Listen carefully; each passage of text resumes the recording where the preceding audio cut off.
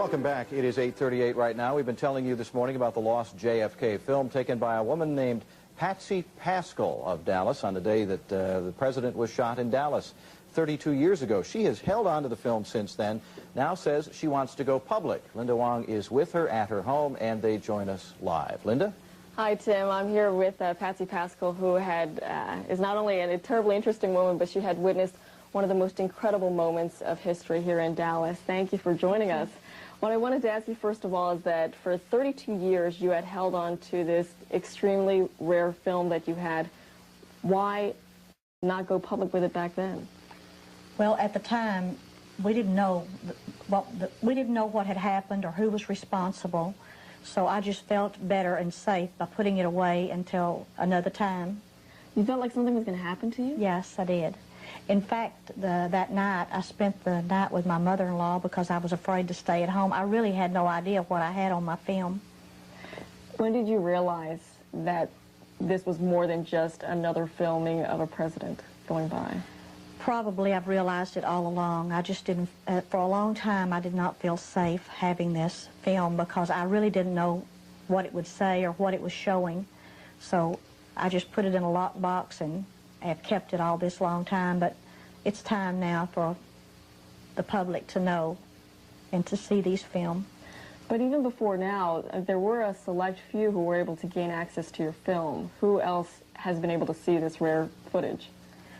It was the Warren Commission subpoenaed the films, and which would be the House Select Committee had them, and then my family members at one time. They've been locked away for years. And I just knew to everything there is a season, and I felt that when the time came, I'd know it, and it's here. You still have the camera that you were using. I'm going to ask you to take it out for us and show us what it is. Oh, yes. How old is this camera? Well, I bought it before the assassination. I really don't know. It's a Bell & Howell 8mm color.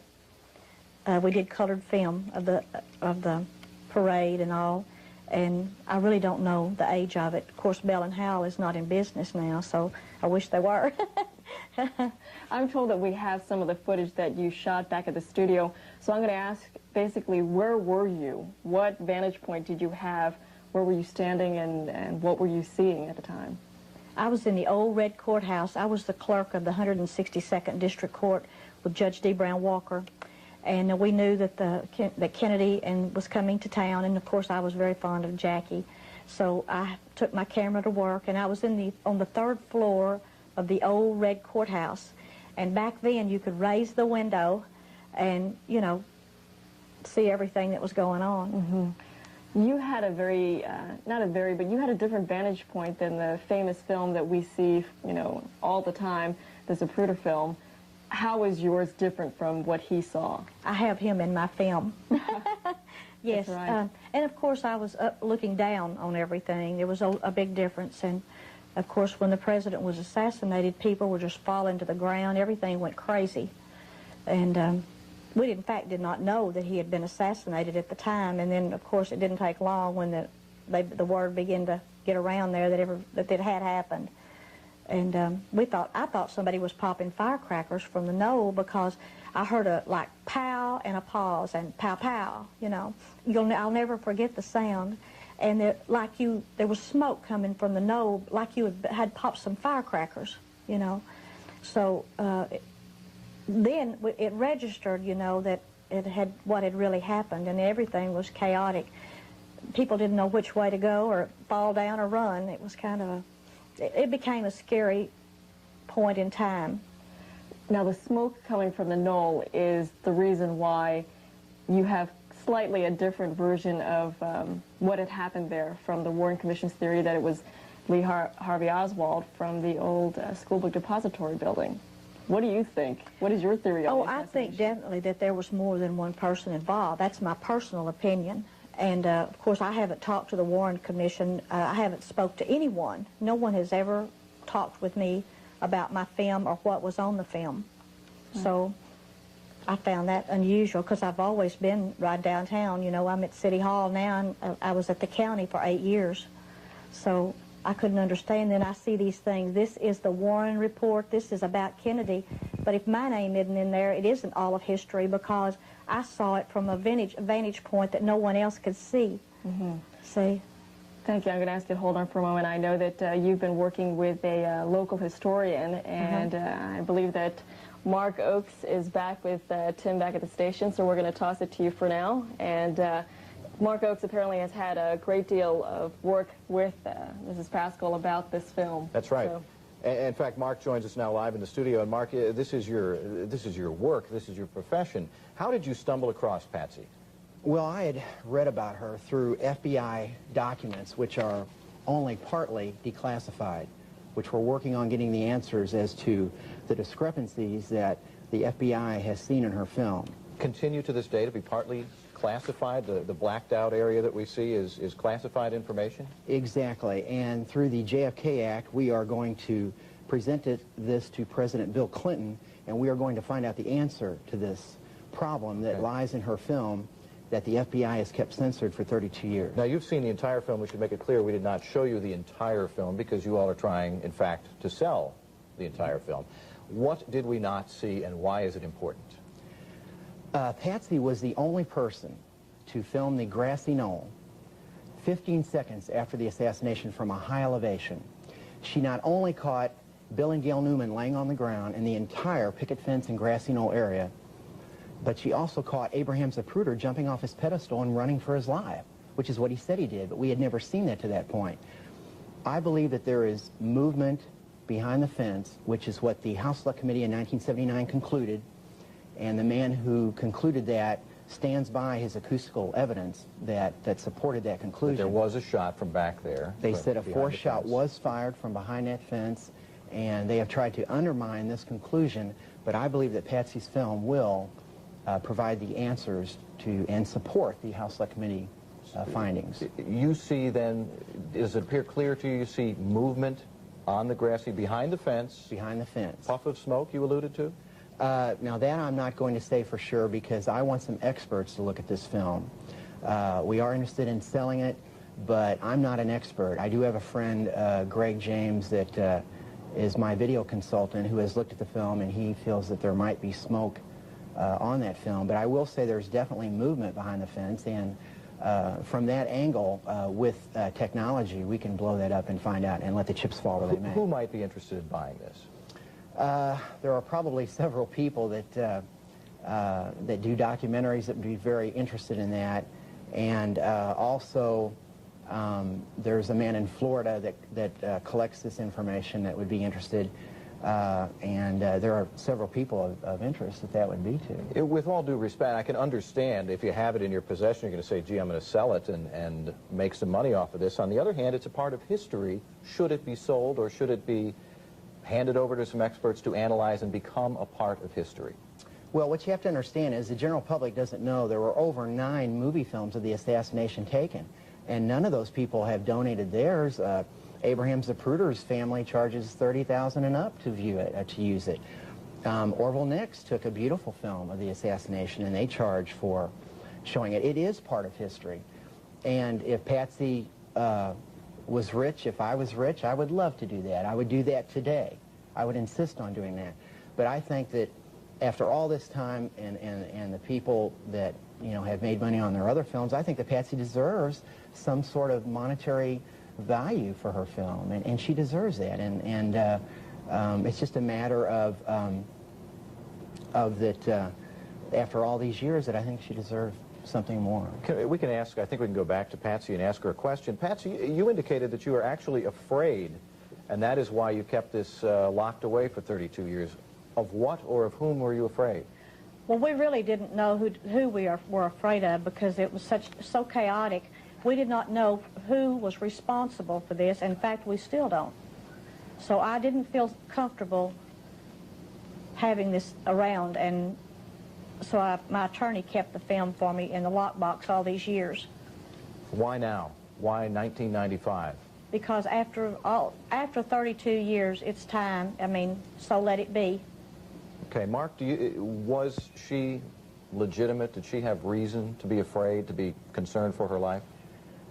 There was several discrepancies on people's films that they either reported were, even the Zapruder film was tampered with. You can clearly see there were splices in it. Orville Nix has complained for years, the family of Orville Nix. They don't even have the original film. The family of Orville Nix said that UPI gave it to the House Select Committee, and the House Select Committee said they gave it back to UPI. There's no original film. There's a lady who took movie film purportedly to be Beverly Oliver on the south side of Elm Street. Nobody's ever seen that film. There's a lot of film controversy, and there's even film controversy in Patsy's film, and we don't know what's in it. If a lady took color movie film, and it's about one person doing the shooting from the school book depository, then why black out a document? Why not release the information and let us see it? This is ridiculous to have a document about a lady's movie film that's still blacked out after all these years. Absolutely ridiculous. And like I said, we will have the film enhanced, and we will let the chips fall where they may. Whichever way is fine. But don't hide the information. Don't lock away the documents. The public needs to see this information. Okay, final question. I mean, you think you have, based upon the law, you do have the ability to get this, whatever this information is in this FBI report, removed. Whatever it was that the FBI may have seen in this film 32 years ago. There's a man in Washington now that is with the Records Review Board that is examining this and Patsy Paschall's interview. And he is going to, I don't know the procedures, the technical procedures, but he is going to present this to the president, and I believe that the law says that he has 30 days to either restore this redaction or to leave it sealed up to the year 2039. Okay. And then we'll find out. If it means nothing, fine. But logically, let's talk about blacking out a document about a lady's movie film. Yeah. I don't understand the connection If here. it doesn't show anything, why block it out? Exactly. Okay. Mark, thank you very much for joining us live this morning. And Patsy and Linda, thank you very much for joining us live as well. Thank you. Fascinating information. At noon. It's been locked away in a safe for 32 years. We'll see a film taken the day of the Kennedy assassination. Congress takes yet another look at the Branch Davidian disaster. An historic federal trial goes to the jury, and if he's convicted, this man could get the death penalty. And vandals hit a North Texas church. We will have the latest on that. Good afternoon, I'm Tim Ryan. Another piece in the puzzle of the Kennedy assassination is put in place today. It is a film shot almost 32 years ago, the day President Kennedy was shot. Linda Wong is live on Dealey Plaza with this intriguing story. Linda? Tim, intriguing is right. So intriguing that the woman who shot that film calls it the missing piece of the JFK story. Now, we've all known of the famous film clip shot by Abraham Zapruder, but this is from a very different vantage point, not from the ground, but from the third floor of this old red courthouse. Her video shows the president coming down Main Street and then the motorcade racing by under the underpass, and the frantic crowd scene after people realized the president had been shot. A local historian claims the 4-minute clip also shows smoke coming from the grassy knoll, which would support the 1979 conclusions of the House Select Committee on Assassinations, that there indeed was a fourth shot that was fired.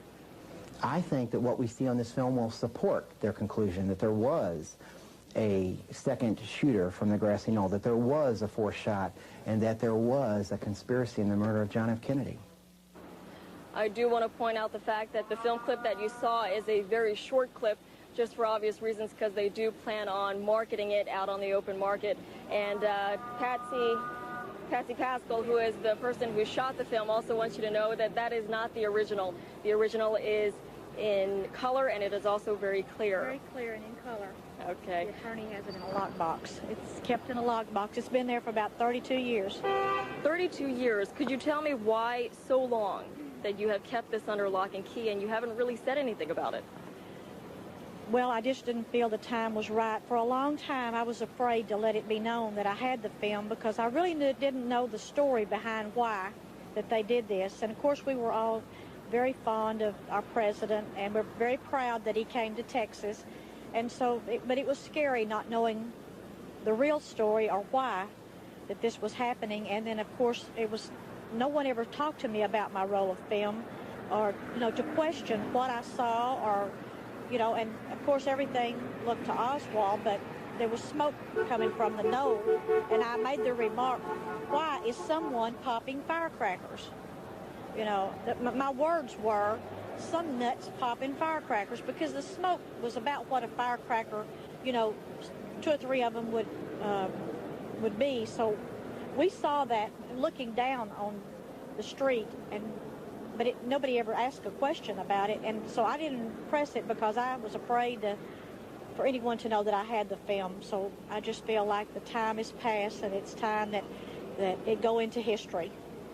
Now, that short film clip that we had seen did not show the pictures of the smoke coming from the grassy knoll, but the fact that that video does exist, and there's some discrepancy on whether or not there really is smoke coming from that area, right, but that would blow the whole theory that Lee Harvey Oswald was the only shooter. Now, you believe that theory is a sham?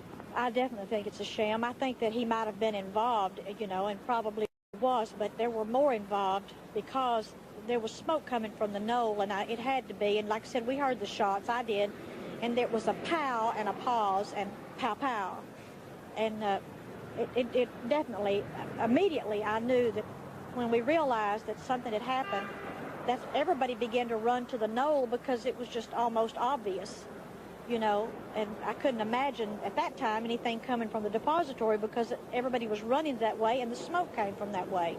So I felt definitely he was involved, but I'm sure there's more to it than that. Okay, thank you very much for joining us this morning.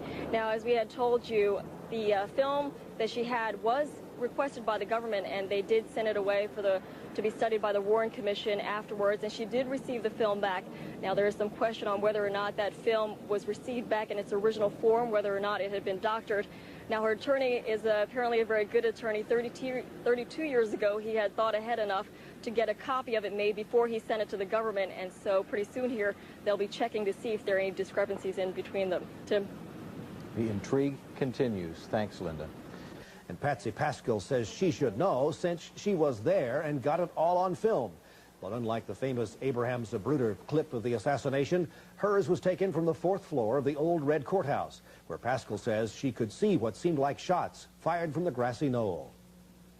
It was the type of smoke you'd see when you would pop firecrackers, that kind of a smoke coming from the knoll. It wasn't a heavy, but it was enough you could see it. People began to run toward the knoll, and especially it looked like the police officers and people just running up there to see who had done that. Paschall says that's why she believes Lee Harvey Oswald was not the lone gunman, since his shots came from the depository building. Government investigators saw Paschall's film after the shooting, but this is the first time the public gets to see it. We'll tell you what some claim the film is worth coming up on News for Texas at 6. The John F. Kennedy assassination. Patsy Paschall says she can back up her belief with film she shot back in 1963. News for Texas reporter Linda Wong shows us some of the rare footage that's been kept from the public until now. It's been nearly 30 years since Patsy Paschall has stepped foot into the old Red County Courthouse.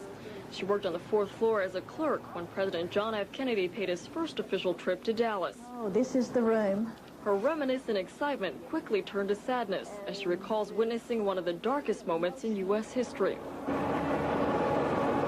You never forget, and you always hear those gunshots.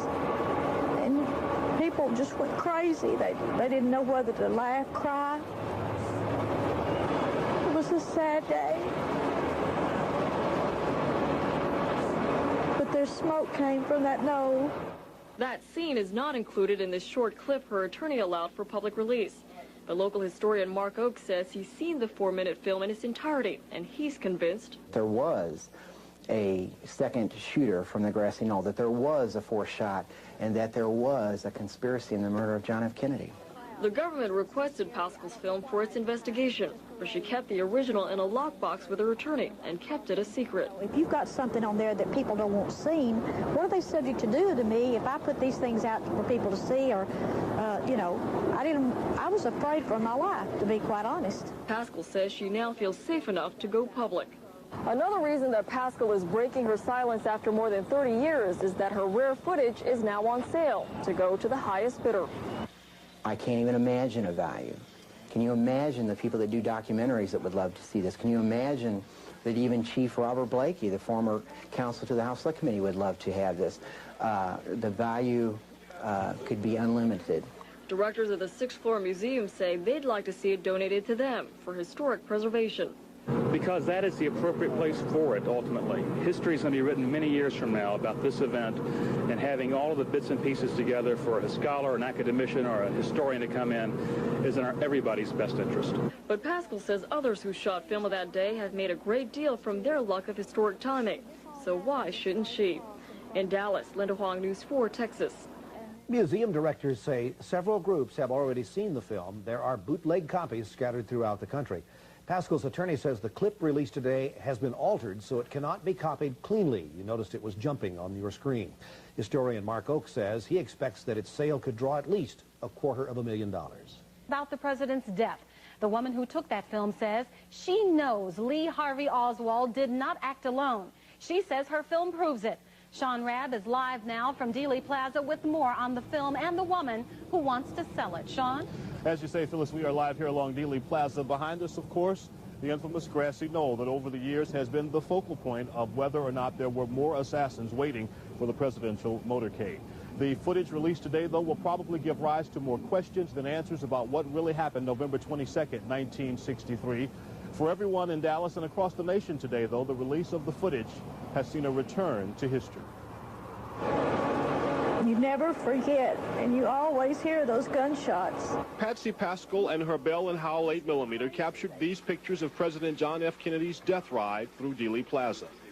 People just went crazy. Paschall's 4 minutes of history, locked in a safe deposit box for 32 years, seen only by her attorney, the FBI, and the House Select Committee on Assassinations until now. Oh, this is the room. Paschall is overcome with emotions and memories of that numbing November day as she returns to the old red courthouse where she says she saw and heard more than just shots. There was smoke coming from the knoll, and it had to be, and like I said, we heard the shots, I did, and there was a pow and a pause and pow pow. That's not part of footage released today, but historian Mark Oakes has seen the film in its entirety and says he's convinced it shows Lee Harvey Oswald did not act alone. There was a second shooter from the grassy knoll, that there was a fourth shot, and that there was a conspiracy in the murder of John F. Kennedy. Paschall kept her peace for more than 3 decades because she believes the conspiracy theory and wondered how far a cover-up would go. If you've got something on there that people don't want seen, what are they subject to do to me if I put these things out for people to see? Or, I was afraid for my life, to be quite honest. Now, Paschall hopes someone will pay her for her footage and enhance it to prove her memory of November 22nd, 1963, correct. But directors of the 6th floor museum, which preserves Kennedy memorabilia, hopes Paschall's pictures will be donated to them. Because that is the appropriate place for it, ultimately. History is going to be written many years from now about this event, and having all of the bits and pieces together for a scholar, an academician, or a historian to come in is in everybody's best interest. So indeed, the flames of conspiracy have been rekindled with the release of the footage today. More importantly, Mrs. Paschall knows that what she has may be priceless. It also may bring a pretty price. Phyllis? Sean Rabb reporting live from Dealey Plaza. Thank you. Lee Harvey Oswald was not the only gunman in the JFK assassination.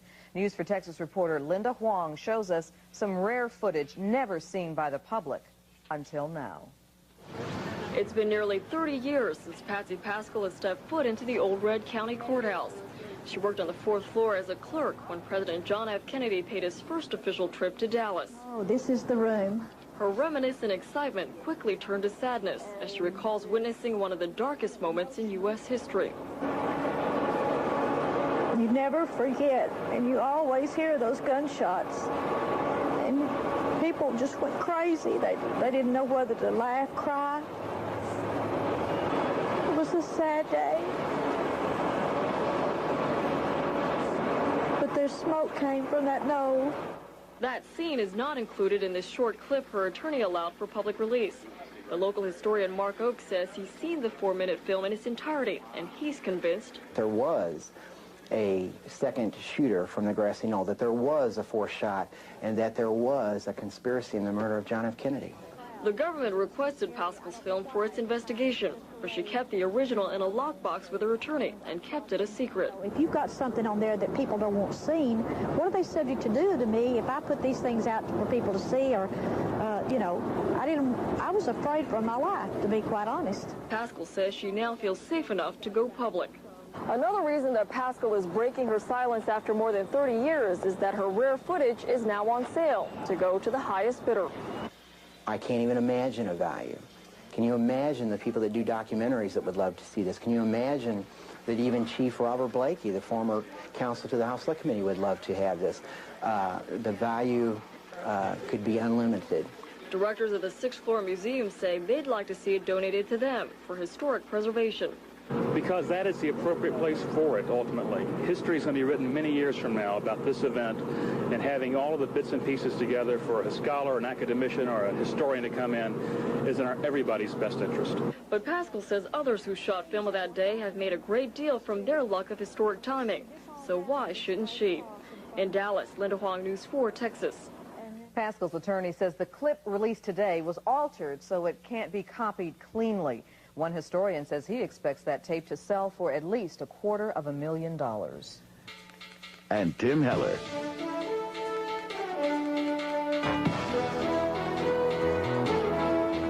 Today is the 32nd anniversary of the assassination of President John Kennedy. Researchers are always looking for new information about his murder. Ironically, that new evidence may be revealed today right here in Dallas. Julia Summers joins us live from our Dallas newsroom to explain. Julia? Tim, the Assassinations Records Review Board today is appealing to the public for photographs and home movies taken by anyone who was at Dealey Plaza when President Kennedy was gunned down 32 years ago.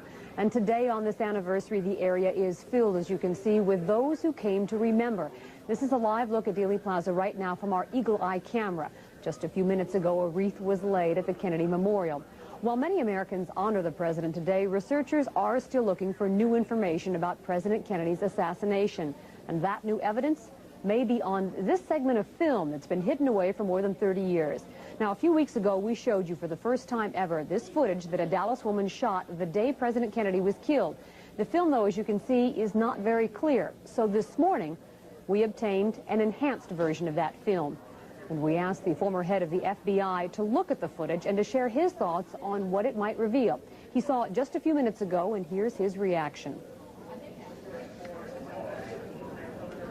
Any potential evidence should be examined under the most positive possible circumstances. I can't tell from the naked eye here anything that would be suspicious, but I think obviously a crime of this magnitude, that any potential new information should be closely examined, as I did when I was in charge of the investigation until I retired.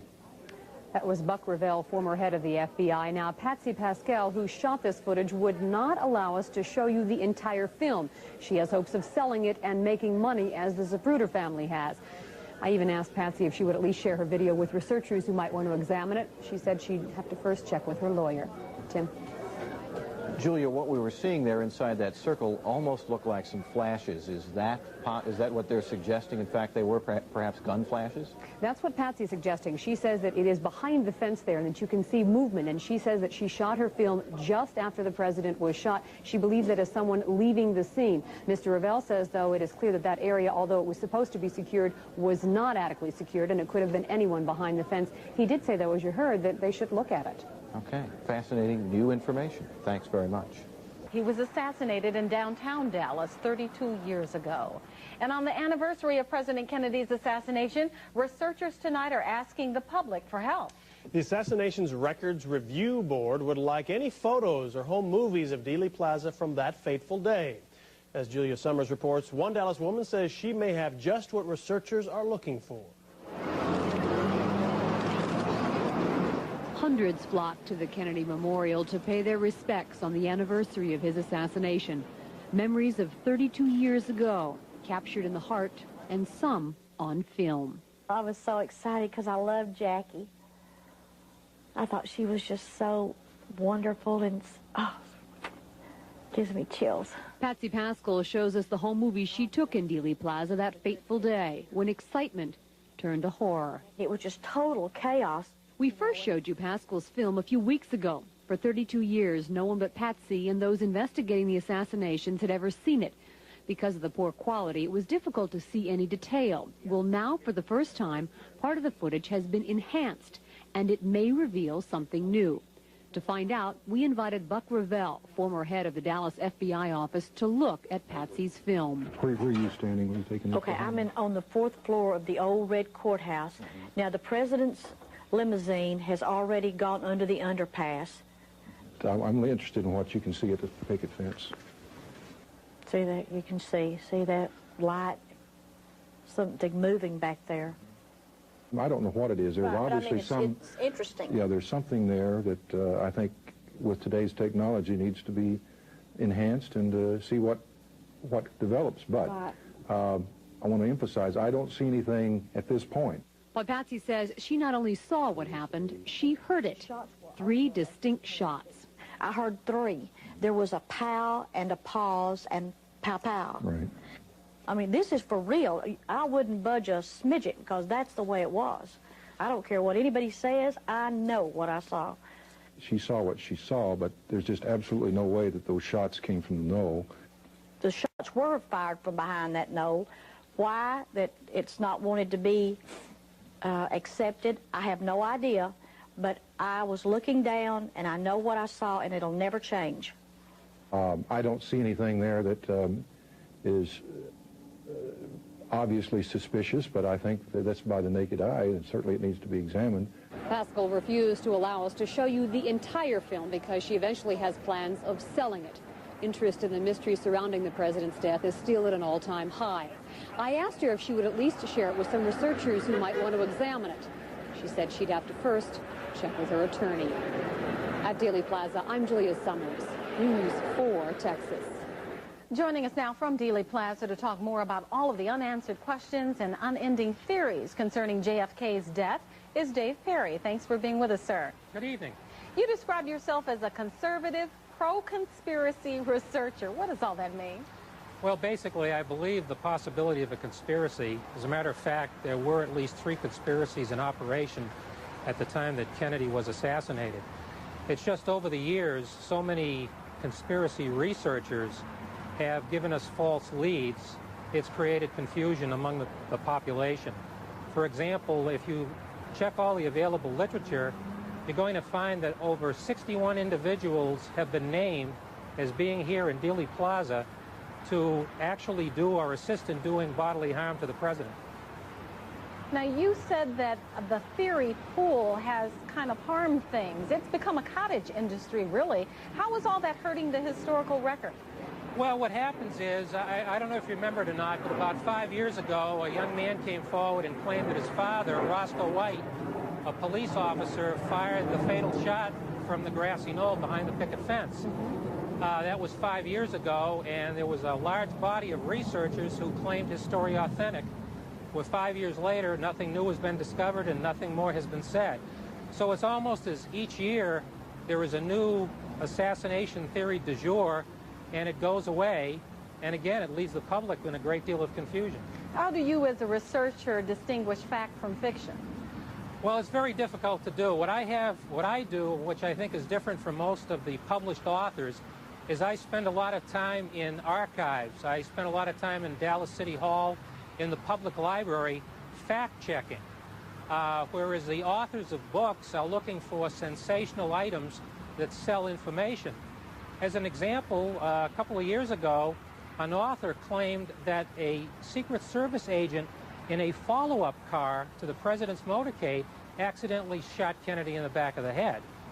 Now again, with movies like JFK, the general population, they agree, 80% of the public agrees that there probably was a conspiracy. The House Select Committee considered there was a conspiracy. But again, when you have people naming 61 individuals, aren't you confused by all this? Very quickly, do you think we'll ever know the truth? It's getting more and more difficult. With 33 or 32 years away now. I haven't seen the Patsy Paschall film. I would love to see her turn that over to some reputable scholars to have them take an unbiased look at new information which might be on that film. But as the years go by, I'm afraid to say, I don't think we'll ever know. All right. Dave Perry, thank you very much for being with us from Dealey Plaza. Thank you. Well, they say home is where the